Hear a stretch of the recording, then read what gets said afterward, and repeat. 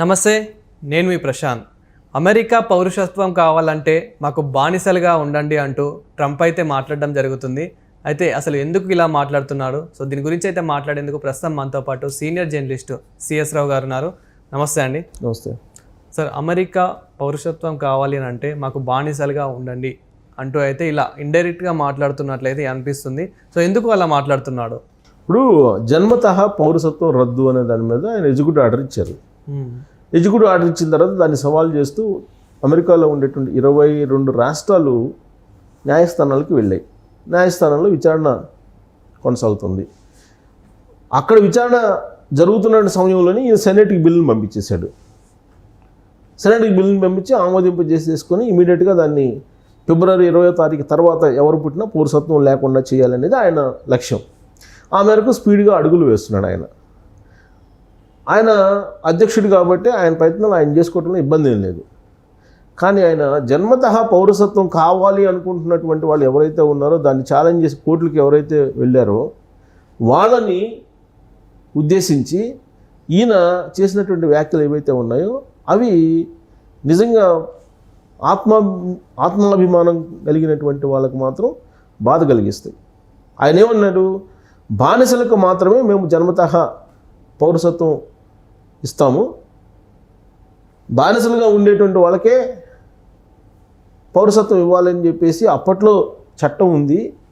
అది రాను రాను అక్రమ వలసదారులకి తర్వాత బతకడానికి వచ్చినటువంటి వాళ్ళకి కామన్ అయిపోయింది అని చెప్పి అన్నారు. అంటే ఇండైరెక్ట్గా జన్మతః మీకు పౌరసత్వం కావాలంటే మీరు బానిసలుగా ఒప్పుకుంటే జన్మతః పౌరసత్వం ఉంటుంది, లేదా జన్మతః పౌరసత్వం తీసుకున్న వాళ్ళందరూ బానిసలే అనేటువంటి సెన్స్ వచ్చేలా ఆయన మాట్లాడారు.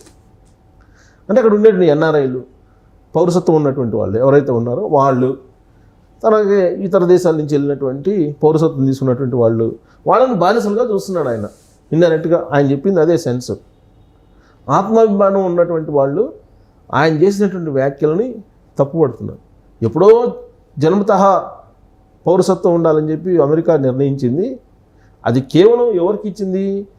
బానిసలుగా ఉండాలి అనుకున్నటువంటి వాళ్ళకి మేము ఇచ్చాము, అంతే తప్ప ఇక్కడికి వచ్చి అమెరికా వాళ్ళ మీద పెత్తనం చేసేటువంటి వాళ్ళకి, అమెరికా పౌరులను చంపేటువంటి వాళ్ళకి, అమెరికా ఉద్యోగాలని దోచుకునేటువంటి వాళ్ళకి, అమెరికా వాళ్ళ మీద పెత్తనం చెలాయించడానికి వచ్చే వాళ్ళకి వీళ్ళకి కాదు అని చెప్పి ఆయన అంటున్నాడు. అంటే ఇప్పుడు ఉన్నటువంటి వాళ్ళంతా అమెరికా పౌరుల్ని దోచుకోవడానికి వచ్చినటువంటి వాళ్ళు అని ఆయన లెక్క, లేదంటే నేరస్తులు అని లెక్క. ఆయన మాట్లాడింది అదే. పౌరసత్వం కావాలనుకుంటే మీరు పౌరసత్వం కావాలనుకుంటున్నటువంటి వాళ్ళు బానిసలు. అప్పుడు కనుక కేసీఆర్ గారు ఆంధ్ర వాళ్ళు అనేవాళ్ళు, ఆంధ్ర వాళ్ళు బిర్యానీ వండితే పేడలాగా ఉంటుందని, ఆంధ్ర వాళ్ళు సిగ్గుంటే వెళ్ళిపోవాలని ఇట్లా మాట్లాడేవాళ్ళు. ఆయన తరిమి కొట్టండి ఆంధ్ర వాళ్ళని ఇట్లా మాట్లాడేవాడు కేసీఆర్ కన్నా మించి ట్రంప్ ఇప్పుడు అక్కడ వ్యాఖ్యలు చేస్తున్నాడు. తెలంగాణ ఉద్యమంలో పాల్గొని తెలంగాణ ఉద్యమానికి ప్రోత్సహించినటువంటి అమెరికా వాళ్ళు చాలామంది ఉన్నారు అక్కడ.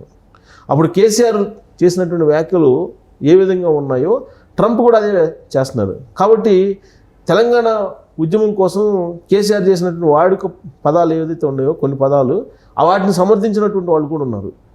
వాళ్ళు ఇప్పుడు ట్రంప్ చేసినటువంటి వ్యాఖ్యలను స్వీకరించాల్సిందే. ఎందుకంటే అప్పుడు కేసీఆర్ నోటికి వచ్చినట్టు మాట్లాడాడు. అదే ఉండి గుప్పుడు ఆంధ్ర వాళ్ళు అనేవాళ్ళు.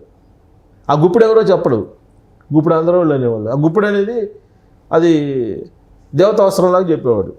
గుప్పుడు మంది ఆంధ్ర వాళ్ళు అని చెప్పి బూతులు తిట్టేవాడు. ఇప్పుడు ట్రంప్ కూడా అదే చేస్తున్నాడు. ఆడ విదేశాలకు బతకడానికి వచ్చే వాళ్ళు చాలామంది ఉన్నారు. అక్కడ అమెరికాకి వెళ్ళేదే బతకడానికి. అవును, అది యాక్చువల్గా ల్యాండ్ ఆఫ్ ఆపర్చునిటీ అంటారు అమెరికాని. సో ప్రపంచంలో ఉన్నటువంటి అన్ని దేశాలు బతకడానికి వెళ్ళేటువంటి దేశం అది. అక్కడ ఎవరికైనా ఉపాధి లభిస్తుంది. మరి బతకడానికి వెళ్ళినోళ్ళే కదా వీళ్ళందరూ, ఎన్ఆర్ఐలు కానీ లేదంటే ఇతర దేశాల నుంచి వెళ్ళినటువంటి వాళ్ళు కానీ బతకడానికి వెళ్ళినోళ్ళు కదా. బతకడానికి వెళ్ళినటువంటి వాళ్ళు అలాగే ఉండాలి కదా. ట్రంప్ ఏం చెప్తున్నాడు? బానిసలుగా ఉండాలని చెప్తున్నాడు. మీరు బానిసలుగా ఉండాలి, బానిసలుగా ఉంటేనే మీకు పౌరసత్వం ఉంటుంది. జన్మతః పౌరసత్వం కొన్ని లక్షల మందికి ఉంది మన వాళ్ళకి. మరి ఇప్పుడు వాళ్ళు బానిసలా?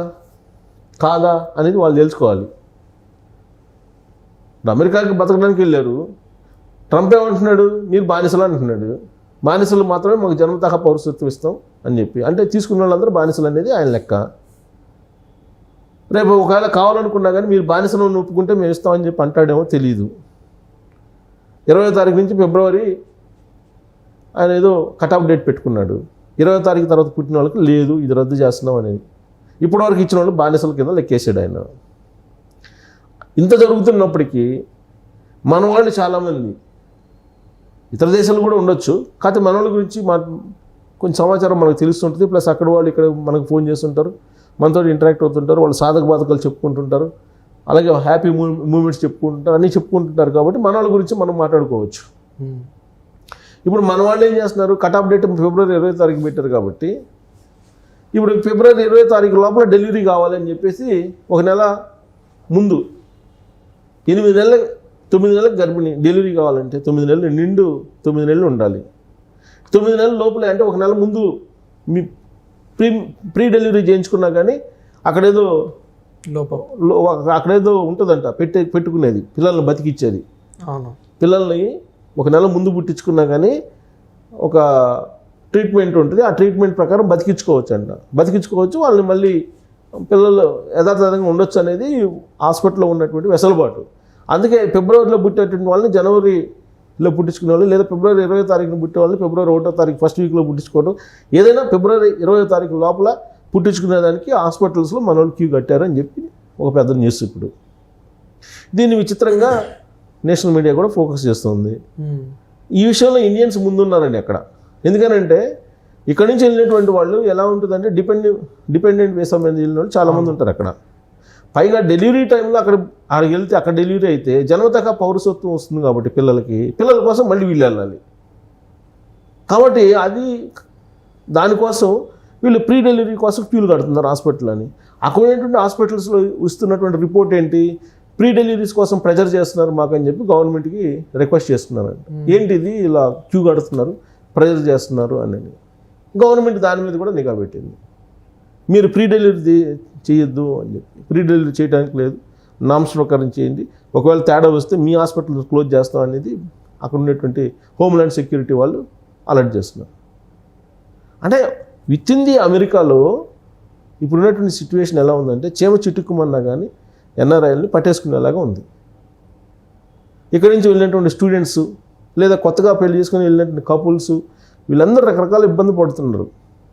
అసలు నాకు మొన్న అయితే వేరే వాళ్ళు ఫోన్ చేశారు, ఇక్కడ నుంచి వెళ్ళినటువంటి ఎంఎస్ చదవడానికి వెళ్ళినటువంటి అమ్మాయిలు హౌస్ వంట మనుషులు పని మనుషులుగా అక్కడ చాలామంది పనిచేస్తున్నారని చెప్పి చెబుతున్నారు. ఇక మగపిల్లలు అయితే వాళ్ళు ఏదో రెస్టారెంట్లు లేదంటే ఫిజియోథెరపీ సెంటర్లు అట్లాంటి చోట పనిచేస్తున్నారు అంటున్నారు. అంటే అక్కడ బతకడానికి చాలా టఫ్ సిచ్యువేషన్ ఇప్పుడు నెలకొందనేది చెప్తున్నారు.